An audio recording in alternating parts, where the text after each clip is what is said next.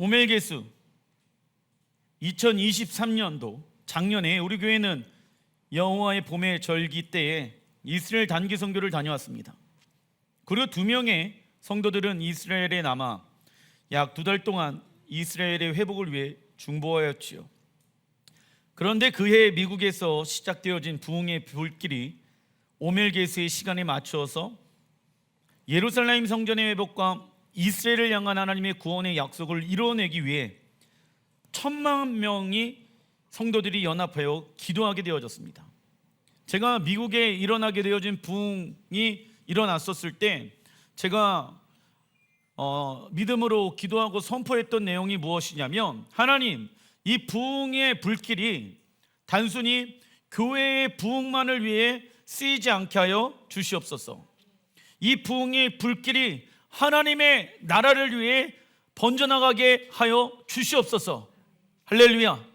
어떠한 말씀을 붙잡고 기도하냐면 이사야 62장 6절, 예루살렘이여 내가 너의 성벽 위에 파수꾼을 세우고 그들로 하여금 주야로 계속 잠잠하지 않게 하였느니라. 너희 여호와로 기억하시게 하는 자들아, 너희는 쉬지 말며 또 여호와께서 예루살렘을 세워 세상에서 찬송을 받게 하시기까지 나와 있죠. 예루살렘을 통하여서 하나님이 세상에서 무엇을 받으신다? 찬송을 받게 하신다. 여러분들, 예루살렘이 교회라고 대체되어졌다라고 이야기하는 사람들이 있죠. 그런데 그 얘기가 아닌 거예요. 지금 무너졌던 예루살렘을 통해서 하나님이 온 세계 가운데 찬송을 받으실 때가 곧 온다라는 것입니다. 이 회복을 위해서 함께 1,000만 명의 성도들이 오순절 절기까지 파수하며 오멜개수의 기간에 기도하게 되어집니다. 성경은 이 기간을 오멜개수의 기간이라고 말하며 히브리어 오멜은 보리 한 단을 세는 단위입니다. 그래서 우리 교회는 작년에 오멜개수의 기간에 마지막 때 구원받게 되어질 이스라엘의 영혼들이 하나님 앞에 카운트 되어질 것을 소망하며 기도하였습니다. 왜냐? 너희는 오멜개수 때 세어라, 한 단을 세어라, 카운팅하여라. 하나님, 이스라엘의 영혼들이 하나님 앞에 구원받게 하여 주십시오. 그 영혼들이 하나님 앞에 카운팅되게 하여 주시옵소서. 그래서 주 오시는 그날까지 이 영혼들이 예수님께 돌이켜서 주님 오실 길을 준비하고 예배하게 하여 주시옵소서. 그런데 4개월 후에 무장 테러 단체인 하마스는 장막절 절기에 맞추어서 이스라엘을 공격하였고 지금까지 이 전쟁은 이어져 오고 있습니다. 이는 마치 하나님께서 이스라엘의 영혼들을 흔들어 깨우시기 위한 섭리 같아 보입니다. 누가복음 21장 9절의 말씀 읽어보겠습니다. 난리와 소요의 소문을 들을 때 두려워하지 말라. 이 일이 먼저 있어야 하되 그것은 곧 되지 아니하리라. 또 이르시되 민족이 민족을 나라가 나라를 대적하여 일어나겠고 곳곳에 큰 지진과 기근과 전염병이 있겠고 또 무서운 일과 하늘로부터 큰 징조들이 있으리라. 여러분들, 큰 지진이 계속 일어나고 있죠. 그리고 기근이 일어나고 있죠. 전염병, 코로나, 여러 가지 병들이 일어나고 있습니다. 무서운 일들, 하늘로부터 큰 징조들 무엇입니까? 월사, 그리고 또 계기, 월식, 계기, 일식을 통하여서 하나님이 계속 우리에게 무엇을 주신다? 사인을 주고 계신다라는 것입니다. 그래서 여러분들 가정 가운데, 직장 가운데 전쟁과 같은 일들이, 비슷한 일들이 일어나고 있다. 하나님이 그 안에 기도하고 있는 영혼들을 무엇하고 계시는 것입니까? 깨우고 계시는 거예요. 목사님, 왜 이러한 일들이 우리의 가정 가운데 일어났죠? 여러분들, 하나님이 여러분을, 잠자고 있는 영혼을 이 일을 통하여 깨우시는 거예요. 그래서 하나님, 내가 기도하겠습니다. 이 일을 통하여서 하나님이 원하시는 그 뜻이 이루어지게 하여 주시옵소서. 그래서 전쟁은요, 영혼들을 깨우는데 하나님이 사용하시는 도구 중에 하나인 것입니다.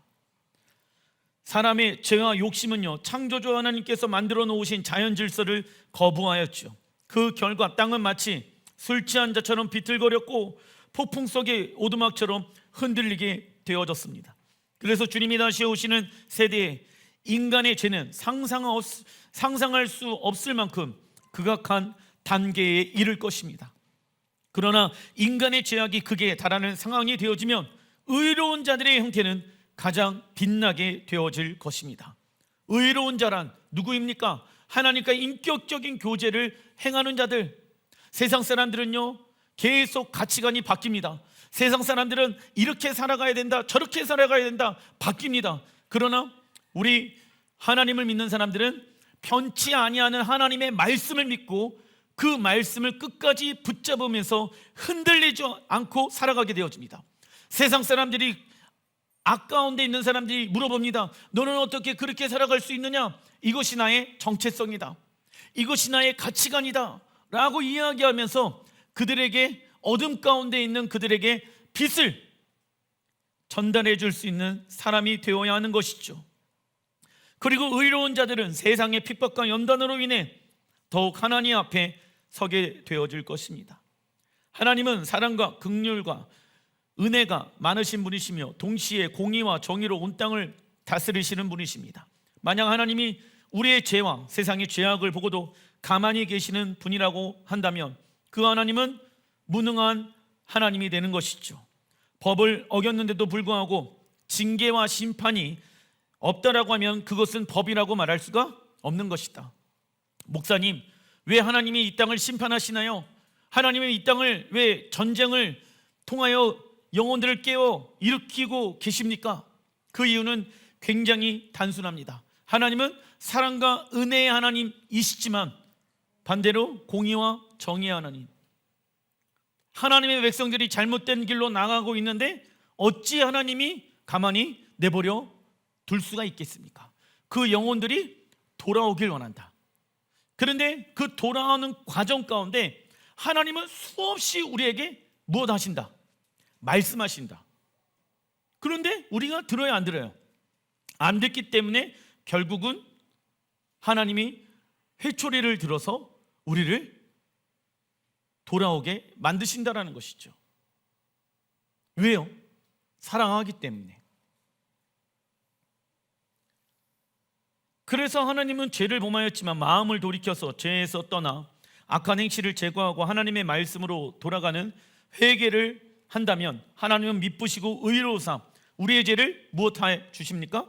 사해 주실 것입니다. 중간 1번 레위기 23장 16절의 말씀, 7 안식일 이튿날까지 합하여 50일을 계수하여 새 소재를 여호와께 드리되 오멜 계수는 초실절부터 7번의 안식일까지 계수하게 되어진다. 그래서 구약에서는 77절 학 샤봇이라고 부르게 되어지며 신약에서는 오순절이라고 부르게 되어집니다. 여호와의 봄의 절기의 시작은 유교절, 유월절, 무교절 그리고 초실절로부터 시작되어지며 오멜 계수를 통하여 오순절로 마무리가 되어진다. 그리고 모세는 오순절에 시내산에서 토라를 받게 되어지지요. 사도 바울은 이 말씀에 대해서 고린도후서 3장 3절에 다음과 같이 말씀합니다. 읽어보겠습니다. 너희는 우리로 말미암아 나타난 그리스도의 편지니 이는 먹으로 쓴 것이 아니요 오직 살아계신 하나님의 영으로 쓴 것이며 또 돌판에 쓴 것이 아니요 오직 육의 마음판에 쓴 것이니라. 아멘. 구약에는 오순절의 토라를 적어놔 주십시오. 돌판으로 받았다면 신약에서는 오순절의 토라를 무엇으로 받으라? 성령으로 받으라 라고 말씀하시는 거예요. 왜요? 우리의 마음에 하나님의 말씀을 인쳐야 된다. 성령의 인치심을 통하여. 그래서 우리를 도우시게 오시는 분이 누구이십니까? 보혜사 성령님이신 거예요. 그 성령님이 오순절 마가다락방 가운데 임하게 되어진 이유가 무엇입니까? 우리의 마음 가운데 하나님의 말씀을 인치라고, 성령의 인을 치라고. 왜? 신랑이 가을절기에 오셔서 우리와 무엇하길 원하신다? 결혼을 하시길 원하신다. 어린 양의 혼인잔치가 이룰 그 날이 반드시 온다라는 거예요. 그러기 위해서는 구약시대에는 돌판에 하나님의 말씀을 받았지만은 그 말씀을 너희들의 심령 가운데, 마음 가운데 새겨서 날마다 하나님의 말씀을 통하여 성령님의 인도하심을 받으라라고 말씀하고 계시는 것이지요. 작은 1번 예레미야 2장 2절 읽어보겠습니다. 내가 너를 위하여 내 청년 때의 인애와 내 신혼의 때의 사랑을 기억하노니. 아멘. 여러분들, 어떤 사람들은요 이렇게 얘기합니다. 시내산에서 십계명을 받은 그 사건은 어떻게 신랑 하나님과 신부인 이스라엘과 결혼하는 그 서약서를 받은 거라고 얘기할 수 있냐? 예레미야에 뭐라고 있습니까? 내 신혼 때에 신랑 하나님과 신부인 이스라엘이 무엇되어졌다? 결혼하여서 광야에서 어떠한 생활을 보내게 되어집니까? 신혼 생활을 보내게 되어졌다. 신부의 관점으로 봤었을 때 광야 40년의 시간들은 무슨 시간을 의미합니까? 신혼 때의 시간들인 거예요. 신혼 때에 가장 먼저 해야 될 것은 무엇입니까? 가정에 기둥을, 법을 세우는 거예요. 그래야지 가정이 평화롭습니다. 근데 서로의 가치가 다르다라고 하면은 가정이 불화가 있겠죠. 하나님은 오순절에 받은 십계명을 단순히 율법이 아닌 신랑 하나님이 신부 이스라엘에게 주는 무엇이라고 말합니까? 결혼 서약서라고 말합니다. 그래서 십계명 안에는 신부 이스라엘이 신랑 하나님을 위하여 무엇을 지켜내는 방법이 기록되어져 있습니까? 순결함과 거룩함. 왜냐하면 신부는 순결해야 되고 거룩해야 하기 때문입니다. 신부는 결혼 서약서에 기록되어진 내용을 가지고 장말절까지 단장해야 합니다. 하나님은 이날을 위하여 우리에게 적어놔 주십시오. 신부의 영적 성장과 성숙을 요구하신다. 성장은요, 신체적으로 키가 커지거나 몸무게가 늘어나는 양적으로 변화하는 현상을 말한다. 그래서 신앙의 성장은 읽어보겠습니다. 하나님의 말씀을 알고 기도하는 시간들이 길어지게 되어며 영혼들을 위해 헌신하는 모습으로 나타나게 됩니다. 믿음의 성장과 성숙의 기준을 애매모호하게 삼으시면 안 됩니다.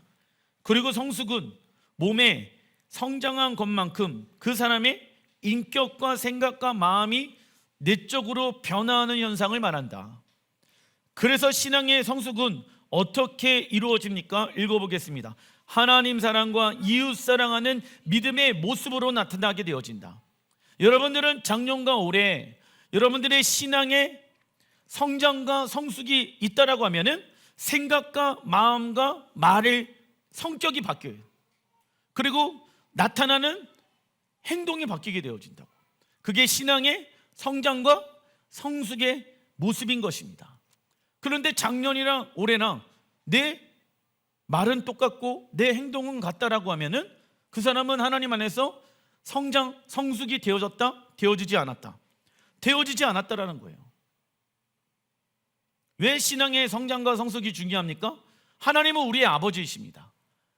아버지 하나님께서 우리에게 요구하시는 것은 우리의 신앙의 성장과 성숙인 거예요. 오멜게수 기간에는 신랑이신 하나님의 아름다운 7가지의 성품을 닮아가게 되어집니다. 그래서 여러분들, 오늘부터 시작되어지는 오멜게수의 시작 안에 7주간이 시작되어지는데, 이번 주간에 우리의 기도 제목이 무엇이냐면, 첫째, 어떠한 하나님의 성품을 닮아가야 합니까? 하나님의 인자한 성품, 헤세드. 헤세드는 무엇을 기반으로 하는 사랑입니까? 언약, 하나님의 말씀을 바탕으로 충실한 사랑을 말한다. 그래서 여러분들 한 주간 이번 주에 기도하실 때, 하나님, 언약의 하나님, 그 하나님을 내가 닮아가기를 원합니다. 둘째, 우리는 하나님의 성품을 닮아가야 되는데 어떠한 성품일까요? 읽어보겠습니다. 하나님의 공의의 성품. 셋째는요, 하나님의 아름다우심의 성품. 이 아름다우심은 무엇을 말하냐? 거룩한 것을 얘기하죠. 우리가 하나님을 가까이 하면 마음이 더러워질 틈이 없습니다. 그러나 사람과 세상을 가까이 하면 우리의 마음은 금방 어떻게 되어집니까? 어두워집니다. 더러워지죠. 넷째, 하나님의 승리의 성품을 닮아가야 된다. 하나님의 나라가 완성되어질 때까지 우리의 내면과 사단과 영적 전쟁하며 견디는 자가 영원한 생명을 얻을 수 있는 것입니다. 다섯 번째, 하나님의 겸손한 성품을 닮아가야 한다. 겸손한 자는 하나님의 말씀 안으로 들어가 자아를 없애지요. 여섯 번째, 하나님의 흔들리지 아니하는 성품을 닮아가야 한다. 마음의 중심 가운데 하나님의 말씀을 두는 자들은 흔들리지 아니하는 성품을 소유하게 되어집니다. 근데 우리가 언제 흔들립니까? 자, 예수님께서 베드로를 오면서 너의 마음은 갈대와 같도다. 왜 마음이 계속 흔들릴까요? 하나님의 말씀만이 반석이고 하나님의 말씀만이 우리의 마음의 중심이 되어지기 때문에. 그런데 내 마음이 계속 흔들리는 이유는 말씀을 내 마음의 중심에 두지 않았기 때문에. 결혼 생활이 왜 흔들립니까? 우리의 가정 가운데 말씀을 중심에 두지 않고 있기 때문에. 우리의 신앙생활이 왜 흔들립니까? 하나님의 말씀을 내 마음의 중심 가운데 두지 않았기 때문에. 제가 목회를 하다 보니까 어떤 사람이 다음과 같이 얘기합니다. 제가 천주교도 가봤고 불교도 가봤는데 교회가 저한테 가장 맞는 것 같아서 저는 교회를 다닙니다. 제가 그 사람한테 얘기하고 싶은 말이 몇 가지 있는데 말은 안 합니다. 왜냐? 당신은 지금 교회를 다니는 이유가 당신이 되어집니다. 천주교도 다니고 예를 들어 불교도 다녔는데 나한테 맞는 것이 이거이기 때문에 교회를 다닌다? 그거는 종교인입니다. 신앙인은 나의 왕, 나의 주, 내 모든 자아는 하나님께 맡겨드리는 사람이 진정한 신앙인입니다. 그래서 우리는 예수를 믿고 교회를 다닙니다. 왜? 교회의 주인은, 교회의 왕은 누구이십니까? 예수이시기 때문에. 여러분들 믿음이 없는 사람들에게 교회랑 나랑 안 맞는 것 같아. 당연히 안 맞죠. 왜? 교회의 주인은 누구입니까? 당신의 주인은 누가 되어야 됩니까? 예수가 되어야 되는데 그게 처음부터 나랑 맞겠습니까? 안 맞지. 그런데 분위기 보고 환경 보면서 이 교회는 또 나랑 안 맞고 저 교회는 또 나랑 안 맞고, 그것부터가 내가 주인 되어진 생각인 거예요. 하나님 나에게 보내시고자 하는 교회가 어디 음성을 들어야 되는 건 아니겠습니까? 감정대로, 느낌대로 자꾸만 우리가 신앙생활 하다 보면은 그런 식으로 하나님의 뜻을 왜곡시킬 수가 있는 것입니다. 우리가 이러한 하나님의 7가지의 성품을 즉시 닮아갈 수는 없습니다. 이는 하나님과 무엇을 통해서 맺게 되어지는 열매일까요? 인격적인 관계를 통해서 맺게 되어지는 열매이기 때문입니다. 부부가 왜 서로 닮는다고 합니까? 인격적인 관계가 되어지기 때문에 닮게 되어지는 거예요. 하나님과의 관계도 마찬가지야. 7가지의 성품을 우리가 닮아가는 이유가 무엇입니까? 날마다 하나님과의 인격적인 관계를 하다 보니까 어느덧 내 삶 가운데 어둠은 떠나가고 순결함과 거룩함이 내 모습 가운데 있게 되어지는 것입니다. 하나님과 인격적인 관계를 갖는 사람들은 하나님의 성품을 담길 원하는 진실한 노력으로 나타나야 한다. 그리고 우리가 이렇게 살아가는 이유는 아름다우신 신랑 예수와 함께 하나님 나라에 들어가서 살아가는 예행 연습을 하고 있는 것이죠. 주님 앞에 딱 섰는데 하나도 주님과 닮은 모습이 없다라고 하면은 얼마나 부끄럽겠습니까? 주님 앞에 서면은요, 너는 거룩한 나의 신부이구나. 야, 빛나고 깨끗한 세마포를 저 신부에게 주어라. 왜? 얼굴에 주님의 형상이 있구나. 그 주님의 형상이 내 얼굴에 있다는 것은 무엇을 말합니까? 이 땅에서 좁은 문 좁은 길, 십자가 복음의 능력 가지고 살아갔다라는 거예요. 그러니까 말이 바뀌고요, 그러니까 생각이 바뀌고요, 뜻이 바뀌고요, 우리의 행함이 바뀌게 되어진다는 거예요. 그 모습을 보고 하나님은 빛나고 깨끗한 세마포의 옷을 우리에게 입도록 허락하시는 거예요. 근데 어떤 사람은, 이분법적으로 신앙생활하고 있는 사람은 갑자기 주님 앞에서 내 모습이 빛나고 거룩한 모습으로 바뀐다고 얘기합니다. 그런 일은 일어나지 않습니다. 그런 일이 어떻게 일어날 수가 있겠습니까? 갑자기 주님 앞에 뿅 하고 바뀌어요? 그러면 뭐가 문제가 되어집니까? 자유의지가 없어지잖아. 자유의지가 없어지잖아. 인격적인 관계를 이뤄내기 위해서는 하나님이 우리에게 무엇을 십자가를 통해 회복시켜 주셨습니까? 자유의지잖아. 왜? 인격적인 관계가 하려면 서로가 서로를 사랑해야 하기 때문에. 그래서 예수아가 우리를 위해서 십자가에 죽어 주신 이유 중에 하나인 거예요. 그래서 사도 바울이 그 자유를 너희의 육이 원하는 대로 쓰지 말고 하나님을 사랑하고 이웃을 사랑하는데 그 자유를 쓰라고 로마서에 말씀하고 있잖아. 근데 어떤 이는 예수아가 나에게 자유를 허락하셨기 때문에 나는 자유하다 이거예요. 이제부터 내가 원하는 대로 살겠다. 이거는 자유가 아니라 무엇이다? 방종인 거예요. 방종. 그 사람들이 어떻게 하나님의 사람이라고 이야기할 수 있겠습니까? 교회를 다니는 모습은 있겠죠. 그러나 그는 종교인이지 신앙인이 아닐 수도 있다는 것입니다. 점검해 봐야 합니다. 그러나 하나님의 아름다우심을 모르는 자는 하나님의 나라를 추상적으로 생각하며 죽은 다음에 가는 신비하고 이상적인 세상이라고 생각합니다. 누가 이러한 천국을 사모하고 갈망하겠습니까? 그죠? 그 결과 하나님 나라에는 관심이 없고 어디에 집중하며 살아갑니까? 자신의 출세, 명예, 성공만을 위해 살아가며 하나님의 필요한 이유는 내가 원하는 천국에만 가게 되기 때문이라고 생각합니다. 그러나 성경에서 말하는 하나님의 나라는 구체적이고 명확하다라는 것이죠. 그래서 에베소서 4장 12절에 다음과 같이 사도 바울이 우리에게 말씀해 줍니다. 읽어보겠습니다. 이는 성도를 온전하게 하여 봉사의 일을 하게 하며 그리스도의 몸을 세우려 하심이니라. 우리가 다 하나님의 아들을 믿는 것과 아는 일에 하나가 되어 온전한 사람을 이루어 그리스도의 장성한 분량이 충만한 데까지 이르느니 이는 우리가 이제부터 어린아이가 되지 아니하여 아멘. 어린아이의 신앙에서 벗어나라라. 신앙생활을 5년 10년 했는데도 불구하고 어린아이와 같은 신앙의 모습이 있다고 하면은 그건 아직 자라나지 않고 있는 모습을 얘기하고 있는 것이죠. 에베소 교회는 성도들은 평범한 신앙생활을 하기 위하여 무엇을 분리시켜 놨을까요? 믿는 것과 아는 일을 분리시켜 놓았습니다. 어떠한 신앙생활을 하기 위하여? 평범한 신앙생활을 하기 위해. 머리로는 알아, 머리로는 이해가 돼. 그런데 직장에서, 가정에서는 그렇게 살질 않아. 세상 이들과 평범하게 똑같이 살아가.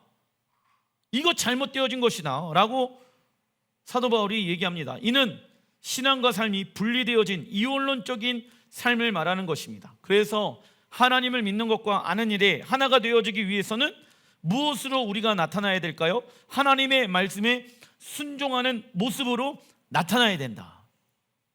그래야지 믿고 있는 것이 알고 있는 일들이 행함으로 풀어지게 되어지는 것이죠. 우리 주변에 보면 다 큰 어른인데도 불구하고 어린아이처럼 말하고 생각하고 표현하는 미성숙한 자들이 있습니다.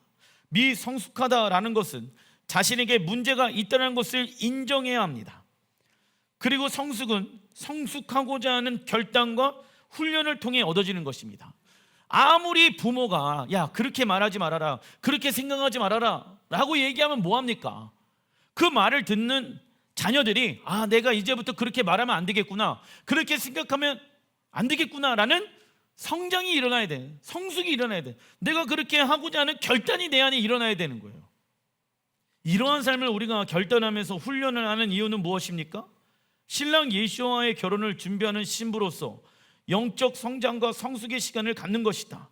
중간이번 레위기 2장 14절 너는 첫 이삭 소재를 여호와께 드리거든 첫 이삭을 볶아 찌은 것으로 내 소재를 삼되. 그러니까 소재를 드리는 것은 무엇이냐면 보리가 이제 있잖아요. 그거를 내칩니다. 그러면 쭉정이 날아가고 알곡이 있겠죠. 그 알곡을 모아갖고 쪄요.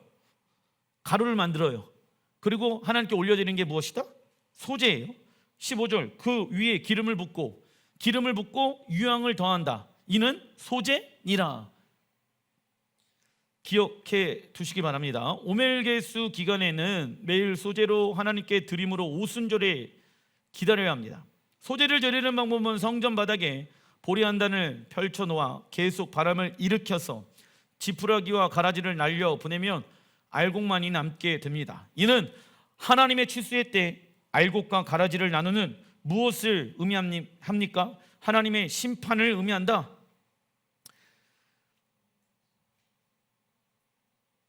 타작마당 시온에 있지요. 우리 배웠습니다. 그래서 하나님은 오멜개수 때에 우리에게 시험의 바람을 일으킵니다. 좀 이따 말씀해 드리겠는데, 제가 새벽에 한 5시에 일어나니까 창문을 열어놔 봤어요. 추워요. 온도를 보니까는 7도, 8도입니다. 그런데 요즘 날씨가 29도, 30도입니다. 그래서 봄에 감기를 많이 걸린다라고 하는데, 왜 이 기간 안에 하나님은 일교차를 크게 하셨을까? 열매를 있게 하기 위함인 거예요. 어느 기간에 맞춰서? 오멜개수의 기간에 맞춰서 일교차가 커야지 좋은 열매를 맺을 수가 있는 거야. 그러면 여러분들, 밤에는 춥잖아. 그걸 무슨 바람이라고 얘기합니까? 북풍이라고 얘기해요. 북풍. 작년에 이스라엘 갔었을 때 이맘때 갔었어요. 그래서 제가 이제 오멜개수를 위해서 이제 기도하는데 선포했습니다. 북풍아 불어올지어다, 남풍아 불어올지어다. 그런데 지금은 북풍이 불어올 때입니다 라고 얘기했거든. 그러니까는 그 주간에 갑자기 비가 엄청나게 오고 엄청 추웠어. 실제 경험하게 되어집니다. 북풍을. 작년에 목사님 취소하세요 빨리, 너무 추워요. 그러니까 그 다음 주부터는 또 더워. 이게 왔다 갔다 한 말이에요. 왜? 열매를 맺게 하기 위함입니다. 그래서 우리가 신앙생활하는 데 있어서 무엇이 필요하다? 북풍도 필요하고 남풍도 필요한 거야. 북풍은 차가운 바람이잖아. 근데 차가운 바람이 왜 우리에게 부냐면, 우리가 하나님의 말씀에 순종하게 되어지면 어떠한 바람이 불어오게 되어질까요? 고난의 바람이 불어오게 되어진다고. 왜? 고난을 통하여서 하나님의 말씀에 순종하는 방법을 배우는 거야. 그게 북풍이야. 그래서 우리의 인생 가운데 하나님의 말씀에 순종하다 보니까 가정에 핍박도 오고 재정적으로 사업적인 어려움이 올 수도 있는 것은 당연합니다. 그런데 북풍으로 끝난다, 끝나지 않는다. 반드시 이 일을 통하여서 열매 맺게 되어지는 때가 올 것입니다. 그러니까 우리는 좌절할 필요가 없는 거예요. 우리 자녀의 문제가 있고 우리 남편과 아내의 문제가 있어요. 가정 가운데 하나님이 이 일을 통해서 우리 가정 가운데 북풍이 불어오게 하여 주셔서 반드시 이 일을 통하여 우리의 가정에 귀한 열매가 맺혀질 때가 올지라 믿습니다. 이걸 가지고 소망하면서 기도해야 되는 거예요. 읽어드리겠습니다. 하나님의 추수의 때에 알곡과 가라지를 나누는 이유는 하나님의 심판을 의미합니다. 그래서 하나님은 오멜개수 때 우리에게 시험의 바람을 일으킨다. 이때 우리의 신앙의 모습 가운데 어떠한 형상을 닮아가는 열매의 모습이 있어야 됩니까? 하나님의 형상을 닮아가는 모습이 있어야 된다. 그리고 알곡을 불에 볶아 찌어 고운 가루를 만들어 13번의 채질을 하게 되어집니다. 히브리어 숫자값 13은요 적어놔 주십시오. 연합, 하나됨을 의미합니다. 그래서 하나님은 13번의 채질 같은 시험을 통하여 우리가 서로 사랑으로 연합되어지길 원하고 하나가 되어지길 원하신다. 그 결과 고운 가루는 소금은 무엇을 말합니까? 하나님의 영원한 언약을 말하며, 기름은 성령님의 기름 부으심을 말하며, 유향은 하나님께서 주시는 기쁨을 넣어서 소재로 하나님께 드려질 수 있는 것이죠. 그래서 우리는 오멜개수의 시간에 하나님의 영원한 언약을 기억하며 성령님의 기름 부으심을 구하며 우리의 기쁨은 오직 하나님이신 것을 고백함으로 오순절 성령님을 기다려야 합니다. 그런데 중요한 이 시기에 하나님의 은혜를 거부한 사건이 나오게 되어진다. 그것이 사무엘상 8장 5절의 말씀, 우리 다 같이 한번 읽어보겠습니다. 시작. 모든 나라와 같이 우리에게 왕을 세워 우리를 다스리게 하소서 한지라. 자, 여러분들, 이스라엘 백성들이 이 고백을 사실 이 오멜개수 카운팅 때 한 거예요. 근데 뒤에 보면은 이제 그 부분들을 우리가 찾아볼 것인데, 이 고백이 왜 문제가 되어졌을까요? 이스라엘의 왕은 누구이십니까? 하나님이야. 그런데 이스라엘 백성들이 하나님을 보지 아니하고 누굴 보기 시작합니까? 모든 나라들을 보게 되어진 거야. 야, 저 나라가 저렇게 되어질 수 있었던 이유는 저 나라의 왕의 리더십 때문에 그렇다. 그러면 믿음의 눈을 들어서 하나님, 이스라엘의 왕은 하나님이십니다. 하나님이 어떤 분인지를 알게 되어지면은 부러워할 필요가 있습니까? 없습니까? 부러워할 필요가 없다고. 그런데 하나님이 어떤 분인지 하나님의 성품을 닮아가야 하는 이 오멜개수 시간에 이스라엘 백성들이 하나님, 우리에게도 인간의 왕을 주십시오 라고 이야기하게 되어집니다. 이스라엘 백성들은 모든 나라와 같이 이스라엘의 왕을 세워 강력한 리더십으로 자신들을 통치해 주길 원하였습니다. 이스라엘은 모든 나라와 같이 되길 원했죠. 모든 나라와 같이 된다는 것은 어떠한 것을 뜻하기도 합니까? 평범한 것을 뜻하기도 한다. 많은 이들이 평범한 삶을 원하고 꿈꿉니다. 목사님, 저는 그냥 평범하게 살고 싶어요. 그것 자체가 말이 문제가 있는 거예요. 거룩하고 존귀한 하나님의 신부들과 자녀들이 어떻게 평범한 삶을 살 수가 있겠습니까? 우리의 신랑이 누구래요? 예수와.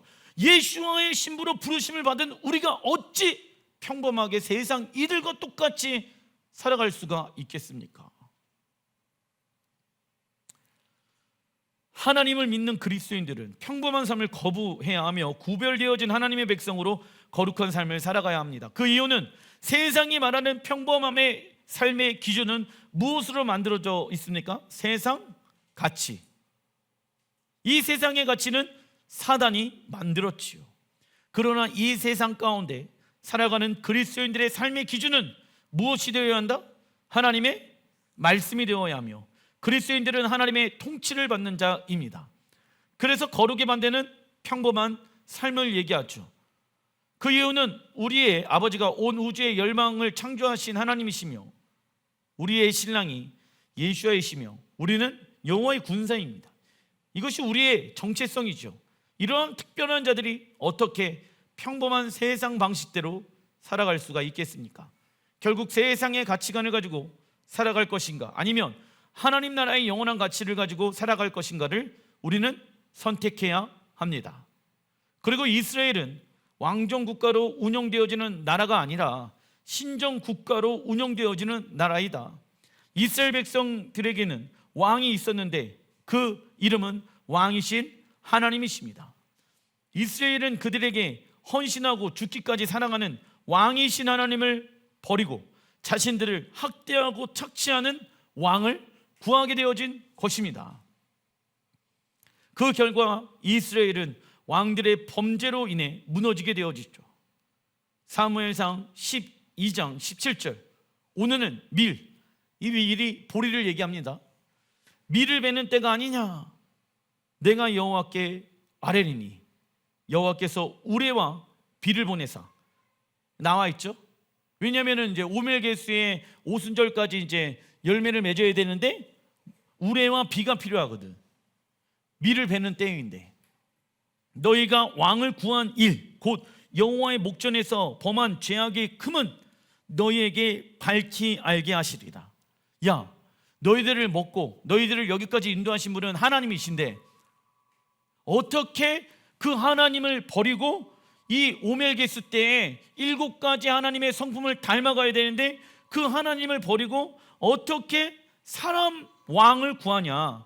19절, 모든 백성이 사무엘에게 이르되 당신의 종들을 위하여 당신의 하나님 여호와께 기도하여 우리가 죽지 않게 하소서.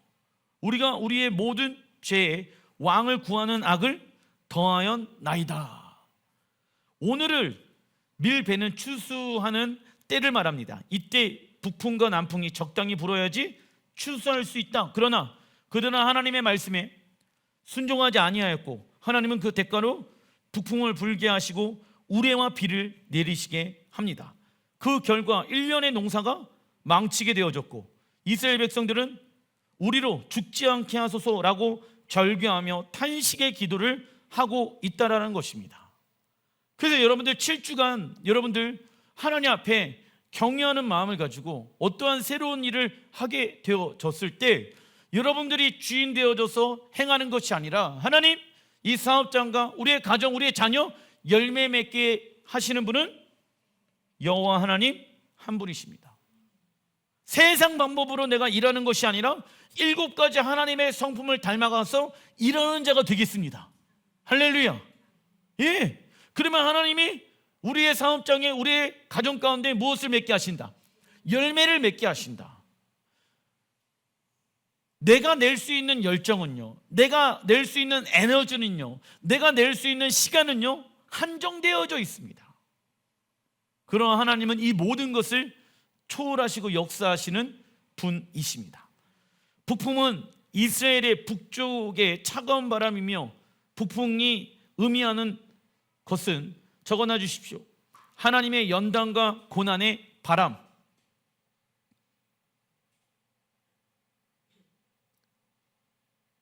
하나님의 연단과 고난의 바람을 의미합니다. 신부는 북풍을 향해 일어나라고 명령합니다. 그 이유는 읽어보겠습니다. 하나님의 말씀에 순종하게 되어졌을 때 자신의 삶 가운데 북풍, 하나님의 말씀에 대한 연단과 고난이 일어날 것을 알고 있기 때문입니다. 따라해 주십시오. 북풍아, 일어나라. 할렐루야. 왜? 하나님의 말씀에 순종하게 되어지면 자연스럽게 오는 게 무엇이다? 북풍이다. 그런데 그 북풍이 일어나야지, 남풍이 일어나야지 무엇을 맺을 수 있다? 열매를 맺을 수가 있게 되어진다. 그리고 남풍은 이스라엘 남쪽에서 불어오는 따스한 바람이며, 이는 적어놔 주십시오. 하나님의 축복과 은혜의 바람, 하나님의 축복과 은혜의 바람을 의미합니다. 그러나 나무가 열매를 맺기 위해서는 남풍만 있어서는 안 됩니다. 북풍을 통하여 비바람도 불고 태풍도 만나야지 나무가 건강해질 수 있고 땅에 깊게 뿌리를 내려 아름다운 열매를 맺을 수 있으며 먹을 수가 있는 것입니다. 이처럼 우리가 예수를 오랫동안 믿었는데도 불구하고 열매가 나타나지 않는 이는 나는 구원을 이루어가고 있는가를 먼저 점검해 봐야 합니다. 나는 신앙인인가, 나는 종교인인가를 먼저 점검해 봐야 합니다. 그런데 구원의 열매가 없는데도 불구하고 내가 예수를 믿고 있고 주일날 예배를 빼먹지 않고, 물론 빼먹을 때도 있지만 예배를 드리러 왔기 때문에 구원을 얻을 수 있다는 것은 자기 스스로에게 속고 있는 것입니다. 사랑하는 성도 여러분들, 여러분들 7주간 이 하나님의 7가지의 아름다운 성품을 묵상하시면서 하나님, 내 얼굴에, 내 마음에, 내 생각에, 내 감정에 이러한 하나님의 성품을 닮아가기를 간구합니다. 대표기도 때에 여러분들이 이 말씀을 적용하시면서 이 말씀을 묵상하고 하나님 앞에 여러분들의 삶이 변화되어질 수 있는 시간들이 되어지기를 원합니다. 기도하겠습니다.